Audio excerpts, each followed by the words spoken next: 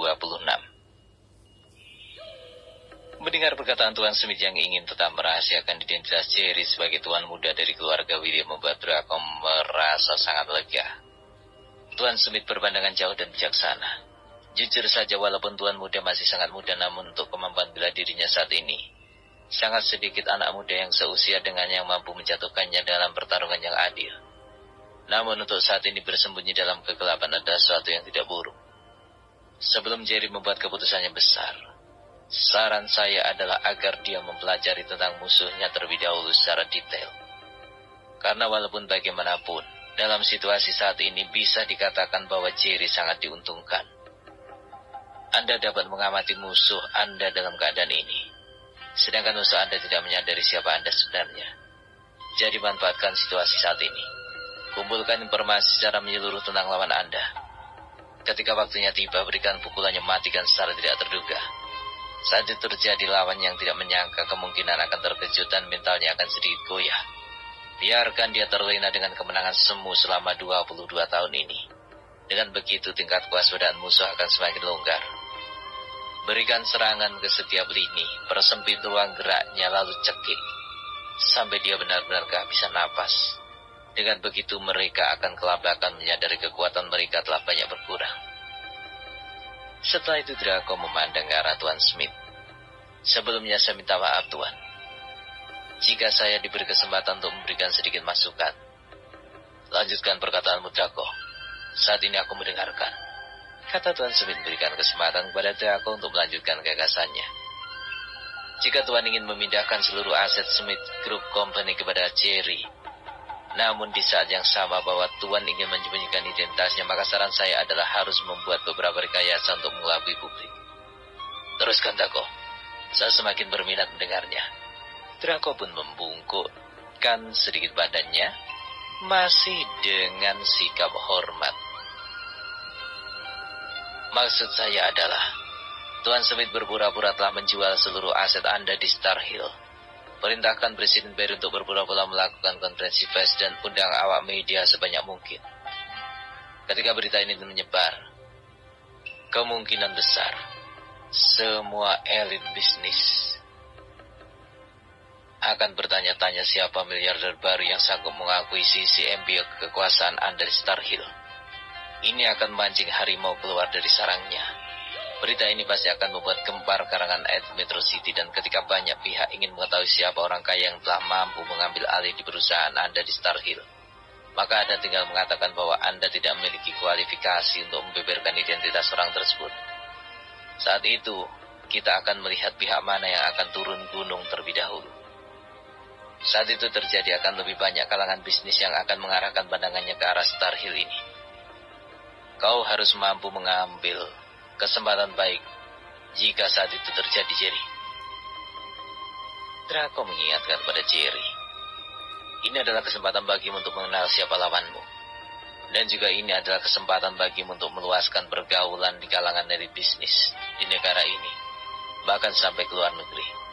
Kesempatan ini juga bisa menjadi ajang pembuktian. Sebagai pendatang baru di dunia bisnis, kau harus bisa meluaskan pengaruhmu.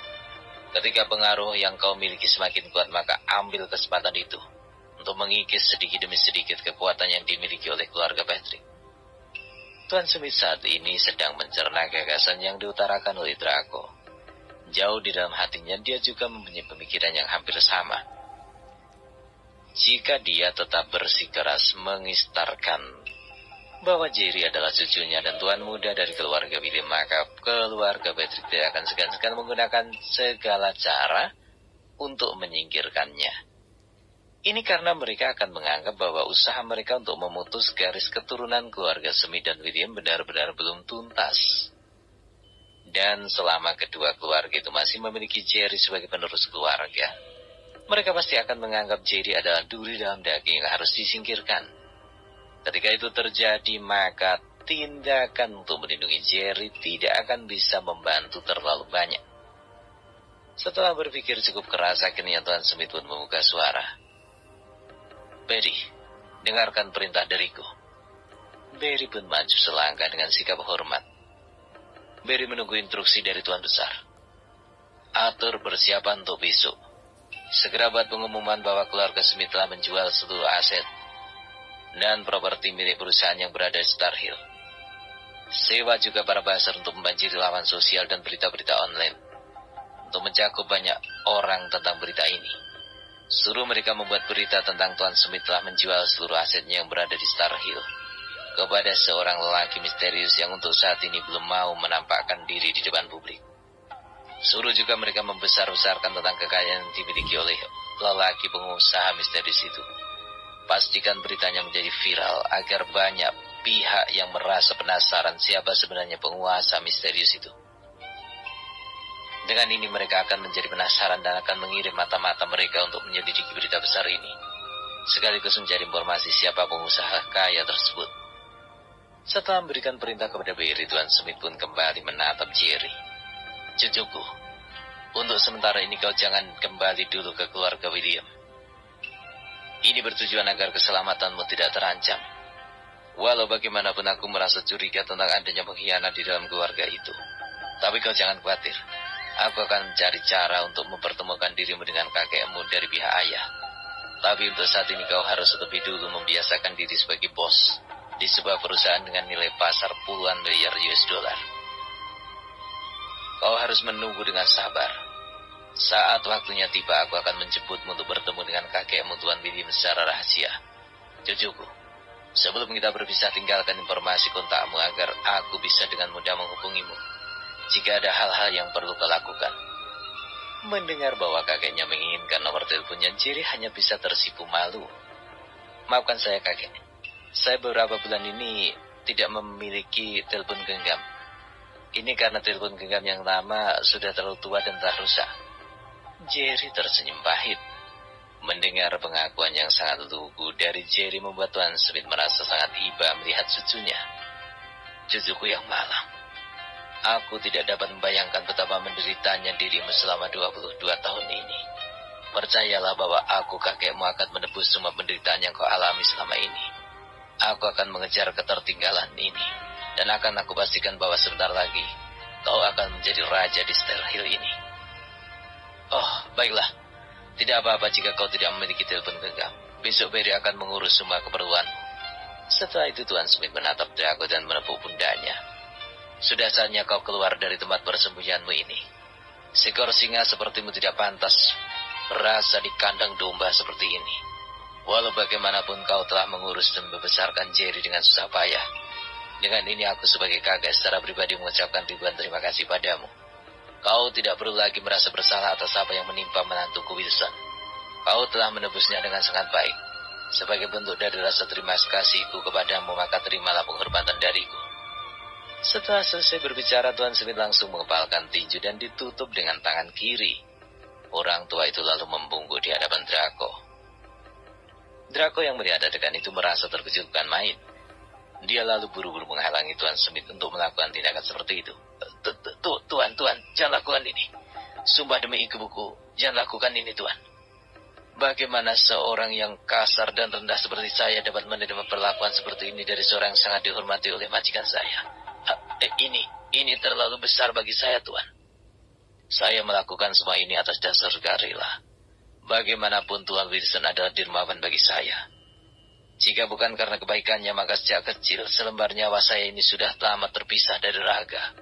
Selain itu, dulu aku memiliki seorang istri yang entah bagaimana nasibnya. Aku berpikir bahwa dia sudah lama meninggal. Namun yang jelas saat ini dia tengah mengandung anak kami. Andai anakku itu lahir, pasti saat ini usianya sama dengan Jerry. Saya minta maaf atas kelancanganku yang dengan tidak tahu berani menganggap Jerry sebagai anakku. Maafkan saya yang hina ini, Tuan. Draco berurai air mata. Jerry buru-buru memeluk Draco. Dia tidak tahan melihat ayah angkatnya terus-menerus merendah di hadapan kakeknya. Ayah, siapapun aku dan apapun statusku saat ini, aku tetaplah anakmu. Anak malang yang kau selamatkan sejak usia 8 tahun. Anak yang telah kau rawat dan kau didik dengan sangat baik. Aku adalah Jerrymu. Sampai kapanpun aku tetap Jerrymu. Draco dan Jerry pun berpelukan sambil menangis. Saat ini suasana kembali diliputi keharuan. Semua yang ada di ruangan kecil itu kembali ikut menangis, terbawa perasaan oleh adegan di depan mata mereka. Namun tiba-tiba Draco melepaskan pelukannya ke tubuh Jerry. Jerry, Aku akan segera meninggalkan rumah ini. Setelah berkata demikian, Draco memandang ke arah Sam. Bagaimana menurutmu, Tuan Sam? Sam pun mengangguk samar. Memang benar, Tuan Draco. Anda harus cepat-cepat keluar dari tempat ini. Sejujurnya aku katakan bahwa bukan hanya kami yang berusaha untuk menemukan keberadaan kalian. Ada pihak lain yang juga mempunyai misi yang sama dengan kami. Dari keluarga William mungkin memiliki harapan dan tujuan yang sama dengan kami, namun berbeda dengan keluarga Patrick. Ini aku katakan karena kami tak membereskan mereka dengan cara menjebak mereka. Saat ini mereka ada di tangan Ronald, dan mungkin sudah dibereskan. Tuan Sam berkata dengan bersungguh-sungguh. Jika kau tetap berada di sini sampai besok, kemungkinan salah satu dari mereka akan menemukan keberadaanmu. Mendengar pengakuan dari Sam, Draco pun mengangguk. Baiklah, untuk ini kau Jerry, segera kembalilah ke asramamu, dan aku akan segera keluar dari kawasan kumuh ini. Bila waktunya telah tiba, aku akan beritahumu. Setelah kata sepakat disetujui oleh semua orang yang ada di situ, Draco segera melangkah menuju ke lemari. Dia mengeluarkan sebuah kotak kayu dari lemari, membuka kotak itu dan mengeluarkan isinya.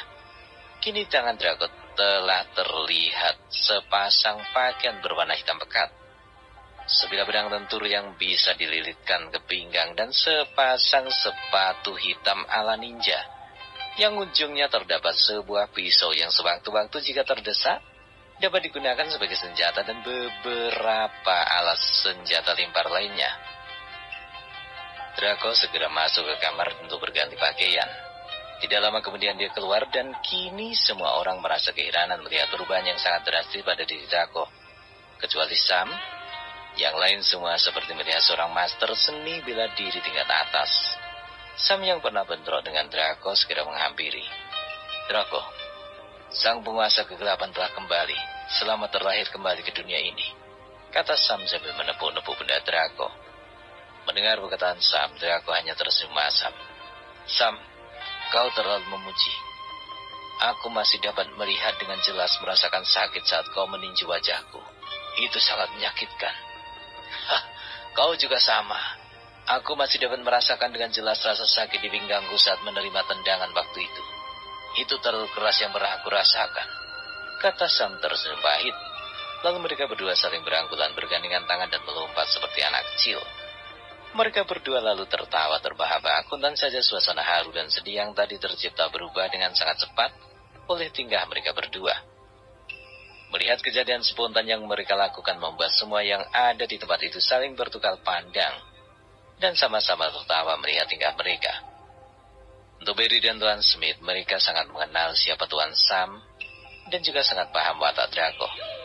Mereka adalah orang-orang yang sangat disegani di bidangnya masing-masing. Untuk Sam misalnya, dia adalah seorang yang sangat dingin, hampir tidak pernah tertawa, bahkan untuk melihat senyum di wajahnya saja bagaikan menanti hujan di tengah kemarau. Hal yang sama juga ada pada diri Draco. Pada masa puncaknya memandang wajahnya pun orang akan segera kencing ditelannya. Wajahnya sangat bengis, tatapan mata yang tidak memiliki ekspresi, bahkan ketika sedang tersenyum pun ada garis kematian yang bisa dilihat dari wajahnya. Tapi semua itu nampak berubah ketika kedua orang itu bertemu.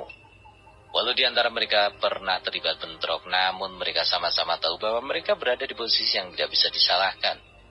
Itu karena sebagai agen dari pemerintah, Sam harus menjalankan tugasnya dengan baik. Di pihak Draco pun sama, dia adalah seorang yang dikambing hitamkan hanya membela diri dari serangan orang-orang yang memfitnah dirinya. Setelah mengetahui dengan jelas apa yang terjadi dengan Draco, Sam pun memutuskan untuk berdamai dan melepaskan Draco. Jadi tidak heran jika saat ini mereka berdua seperti anak kecil yang telah lama tidak bertemu dan merasa senang dengan pertemuan itu.